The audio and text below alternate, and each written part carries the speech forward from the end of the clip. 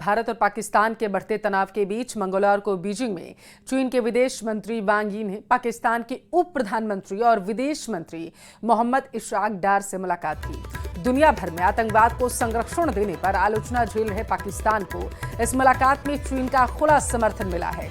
चीनी विदेश मंत्री वांग यी ने कहा है कि चीन एक अटूट दोस्त के तौर पर पाकिस्तान की राष्ट्रीय संप्रभुता और क्षेत्रीय अखंडता की रक्षा के लिए हमेशा दृढ़ समर्थन देगा। चीन के विदेश मंत्री वांग यी ने यह भी कहा कि चीन पाकिस्तान को आतंकवाद के खिलाफ लड़ाई और क्षेत्रीय और अंतर्राष्ट्रीय मंचों पर बड़ी भूमिका निभाने में मदद करेगा। वांग यी ने चीन पाकिस्तान इकोनॉमिक कॉरिडोर को और मजबूत करने की बात कही।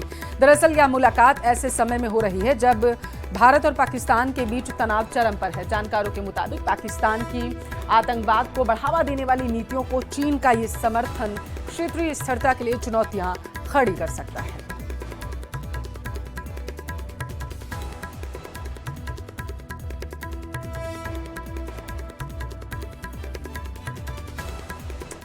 पाकिस्तान ने चीन के साथ मिलकर गुप्त प्लान बनाना शुरू कर दिया। पाकिस्तान के डिप्टी पीएम विदेश मंत्री अचानक बीजिंग पहुंच गए।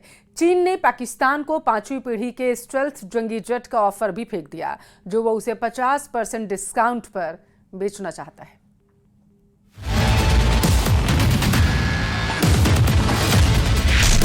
युद्ध में हारा आसिम मुनीर जनरल से फील्ड मार्शल बन गया। युद्ध में हारा जनरल मुनीर पाकिस्तान का अघोषित आका बन गया। युद्ध में हारा जनरल मुनीर पाकिस्तान का कायदे आजम न बन जाए। कैसे कैसे लोग हैं, पाकिस्तान में कैसी सनक है। जिस जनरल ने आतंकी साजिश रचकर पहलगाम हमला करवाया, जिस जनरल ने ऑपरेशन सिंदूर में नाक रगड़कर सीज फायर किया, जिस आसिम मुनीर ने रात 2:30 बजे शहबाज को फोन कर भारत की मिसाइलों की मार की कथा सुनाई, वही जनरल मुनीर अब खुद फील्ड मार्शल बन बैठा है। कहने के लिए पाकिस्तान की शहबाज सरकार की कैबिनेट ने प्रमोशन किया है, लेकिन पाकिस्तान की पहचान रखने वाले जानते हैं कि आर्मी चीफ क्या चीज है। पाकिस्तान में सेना का सिपहसालार ही असली हुक्मरान है। ऐसे हुक्मरान जिसके आगे सियासी हस्तियों की हैसियत खुद पूर्व पाकिस्तानी फौजी से सुन लीजिए। आर्मी चीफ थोड़ी होता है, वो तो बॉस होता है, वो तो सुपर किंग होता है ना जी। 75 साल से सुपर किंग है। अयूब दिया है वजीर आजम पाकिस्तान को अर्दली चपरासी है। ये चपरासी इन जर्नैलों के, ये आपके ख्याल में ये कोई लीडरशिप है यहाँ की? इनको जो जर्नैल GHQ लिख के देते हैं वो बोल देते हैं। यार क्या बात, आपको पता तो है अच्छे तरीके से कि पाकिस्तान चलाता कौन है। आसिम मुनीर खुद ही गुनहगार हैं, खुद ही कोतवाल हैं, जो मर्जी आए करे। लेकिन भारत के आगे जल्लाद जनरल की साजिशें नहीं चलेंगी, जैसे पाकिस्तान परस्तों की नहीं चल रही।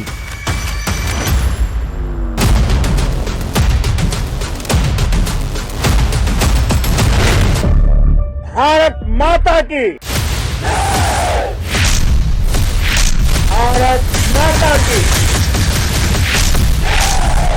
भारत की ओर नजर उठाने का एक ही अंजाम होगा, तबाही।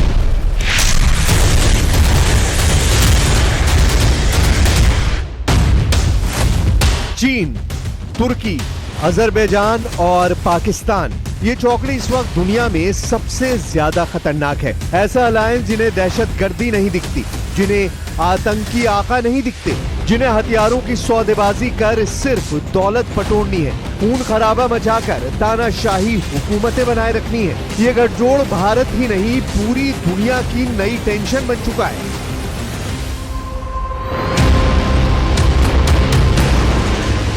ये तीनों देश पाकिस्तान परस्त हैं। इनकी हकीकत क्या किसी से छिपी है? अर्दवान की पहचान युद्ध उन्माद में जीने वाले जिद्दी लीडर की है। शी जिनपिंग की शातिर युद्ध नीति से पूरी दुनिया वाकिफ है।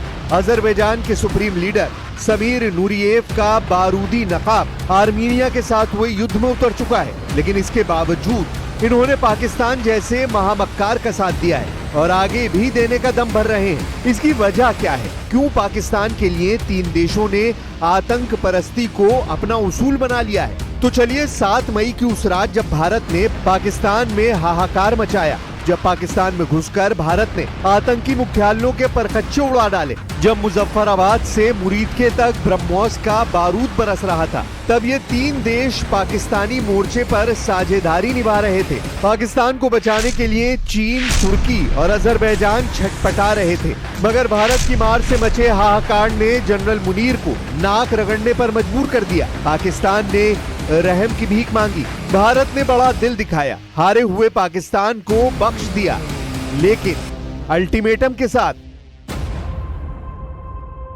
मैं फिर दोहरा रहा हूं, हमने पाकिस्तान के आतंकी और सैन्य ठिकानों पर अपनी जवाबी कार्रवाई को अभी सिर्फ स्थगित किया है। आने वाले दिनों में हम पाकिस्तान के हर कदम को इस कसौटी पर मापेंगे।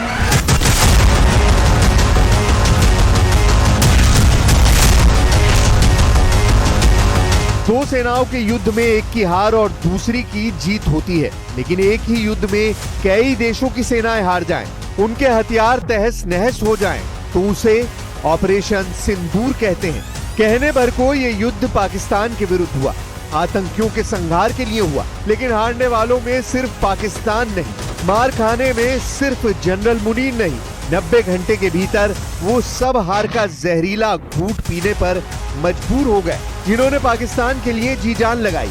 पाकिस्तान के लिए सिर्फ जंग के मैदान में उतरने भर से परहेज कर परास्त होने वालों की लिस्ट में पहला नाम स्वयंभू वर्ल्ड पावर ड्रैगन यानी चीन का है। दूसरे नंबर पर खुद को मुसलमानों का खलीफा साबित करने वाला तुर्की है। तीसरे नंबर पर बात बात पर बारूद से खेलने वाला अजरबैजान है। इन तीनों देशों के सिपहसालार सन है, टॉप लीडरशिप सख्ते में है। वर्ल्ड ऑर्डर में टॉप पर होने का दम बढ़ने वाले चीन और तुर्की की तिलमिलाहट इतनी बड़ी हुई है कि दोनों देशों ने मरनासन पाकिस्तान को फिर से खड़ा करने का मिशन ऑन कर दिया है। कोई पाकिस्तान को तकनीक दे रहा है, कोई हाईटेक हथियारों की सेल लगा रहा है, किसी ने अपना खजाना जनरल मुनीर पर लुटा देने का ऐलान कर डाला है। लेकिन ये खींच क्यों?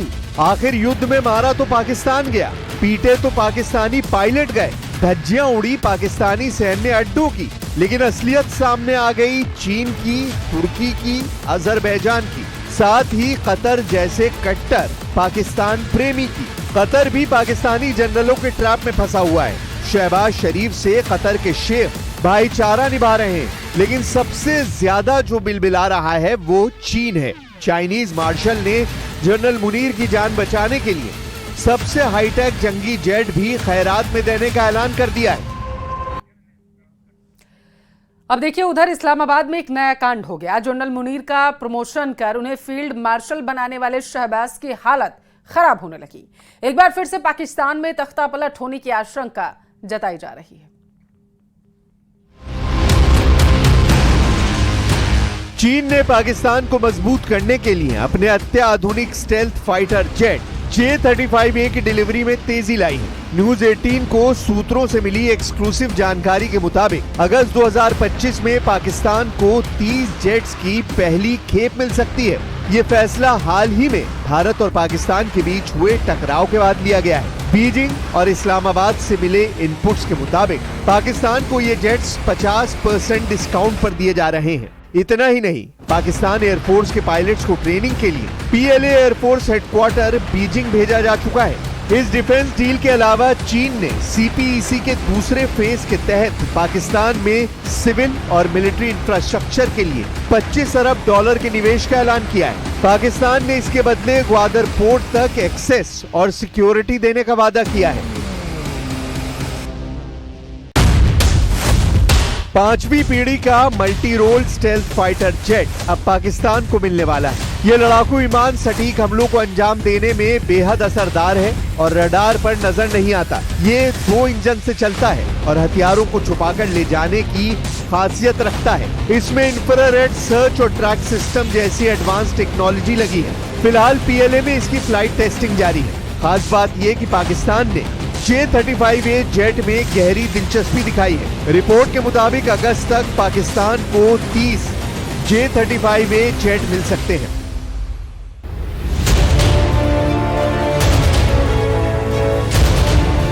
ड्रैगन जनरल मुनीर से जंगी जेट की डील के लिए इस कदर उतावला क्यों है, इसे भी जान लीजिए। पहली वजह हो सकती है कि ऑपरेशन सिंदूर में बड़े पैमाने पर पाकिस्तान के फाइटर फेल या तबाह हुए हैं। अब उसी कमी को पूरा करने की कोशिश कर रहा है चीन। दूसरी वजह हो सकती है कि पाकिस्तान के जरिए अपने 5वीं पीढ़ी के फाइटर जेट को टेस्ट करना चाहता है, यानी पाकिस्तान को चीन ने बनाया वेपन लैब। तीसरी वजह हो सकती है कि कीमतों को 50% डिस्काउंट देकर चीन अपना माल खपाने की कोशिश में है, क्योंकि पाकिस्तानी सेना में 80% हथियार चीन के हैं।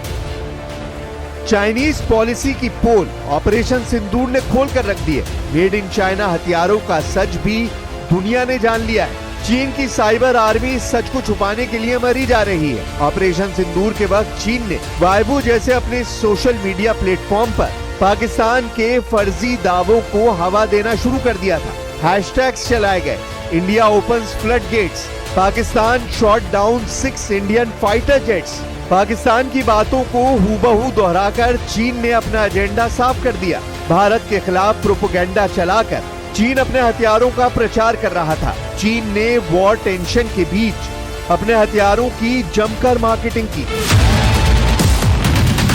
चीन ने J-10C फाइटर जेट और PL-15 मिसाइल को पाकिस्तान की सफलता की वजह बताया, लेकिन सच्चाई यह है कि PL-15 मिसाइल टारगेट तक पहुंची ही नहीं। Chinese HU-9 air defence system Lahore को अभेद नहीं रख पाया। पाकिस्तान के लिए चीन के प्रोपेगेंडा का आलम यह था कि PL-15 मिसाइल को अमेरिकी एमराम AIM-120 और फ्रांस की मीटियोर मिसाइल से भी बेहतर बता दिया।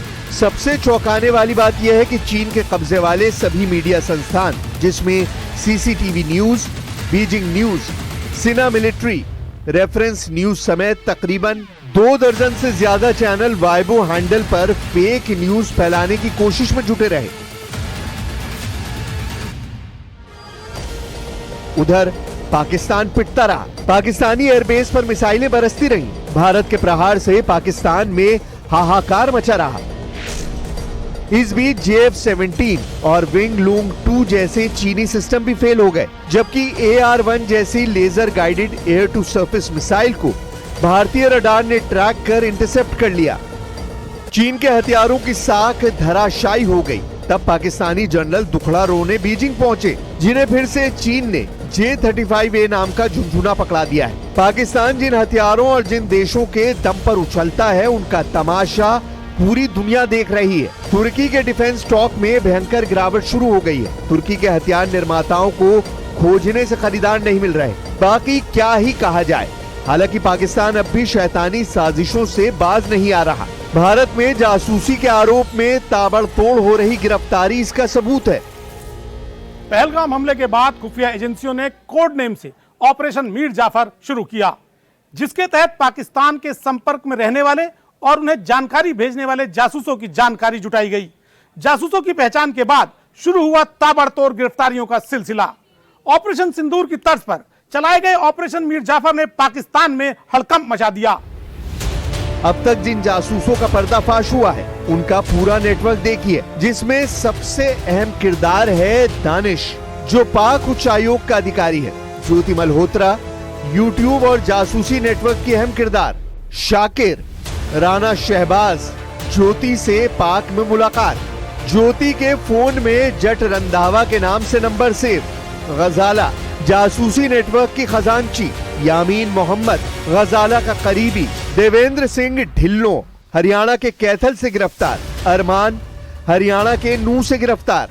नौमान इलाही, हरियाणा के पानीपत से गिरफ्तार। तारीफ, हरियाणा के नूह से गिरफ्तार। यही नहीं, चंद सिक्कों के लिए वतन परस्ती का सौदा करने वालों की तलाश पूरे देश में शुरू हो चुकी है। सुरक्षा एजेंसियों को शुरुआती जांच में पता चला कि कई लोगों को पाकिस्तान ने पैसों का लालच और विदेश यात्राओं का झांसा देकर ISI का जासूस बनाया। इलेक्ट्रॉनिक सर्विलांस से यह भी पता चला कि भारत के नंबरों से पाकिस्तान में ढेरों जानकारियां साझा की गईं, जांच में पता लगा कि पाकिस्तान भेजी गई सूचनाएं दिल्ली, पंजाब, हरियाणा, राजस्थान, जम्मू कश्मीर और उत्तर प्रदेश से भेजी गई थी। सीक्रेट कोड नेम से चलाए गए ऑपरेशन में जांच एजेंसियों ने पहले पुख्ता सबूत जुटाए, फिर एक एक कर गर्दन दबोचना शुरू कर दिया। जांच एजेंसियों के मुताबिक पाकिस्तान का स्पाई नेटवर्क बहुत बड़ा है। अभी चंद गद्दारों की शिनाख्त हुई है। जैसे जैसे पूछताछ होगी, जांच आगे बढ़ेगी, पाकिस्तान में खलबली मचेगी। जैसे ऑपरेशन सिंदूर में पाकिस्तान जला, वैसे ही भारत में छिपे उसके पालतू जासूसों का नेटवर्क भी जलाकर भस्म कर दिया जाएगा। पाकिस्तान और उसके सरपरस्तों की किसी भी साजिश का जवाब भारत मुंह तोड़ देगा। ऑपरेशन सिंदूर इसका पहला रुझान है। आने वाले दिनों में पाकिस्तान के साथ उसके हमदर्दों की हेकड़ी भी गुल की जाएगी।